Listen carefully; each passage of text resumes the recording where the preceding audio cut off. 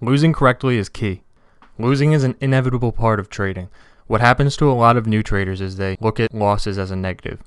And what happens when you do that is you generally switch strategies very quickly. You hop strategy to strategy without any luck. And the reason why there's no luck is because you're not giving a strategy enough time to pan out and really master it, because you're trying to avoid losses, and no strategy is going to avoid losses. So if every single strategy is going to incur losses, you need to know how to lose correctly. The best traders take losses too, but they do it in a very particular way. When a trade goes against them, most people have the instinct of cutting it loose immediately. Pro traders allow time for their initial plan to pan out.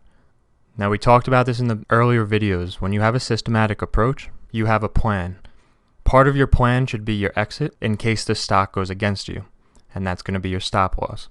One thing that pro traders do is they don't interfere with that trade unless it hits that stop loss, where a lot of new traders will see the trade going against them and cut it loose without sticking to their original plan.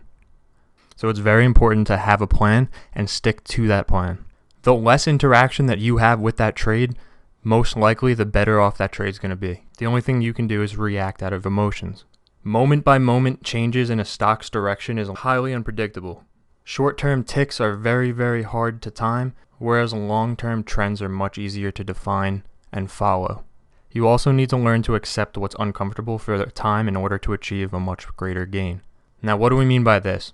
Remember, you're always going to have your plan. If you're up 20% and the trade's now coming back in 3%, it's going to be very uncomfortable to watch your profits disappear, but you have to look at the big picture, and you have to understand that there's going to be tons of red days over the course of the long-term trend that you are looking to ride. The key takeaway is to have a plan and stick with your plan. Don't interfere with your trade in the middle of your plan, and understand that losing is something that you have to get good at and do properly.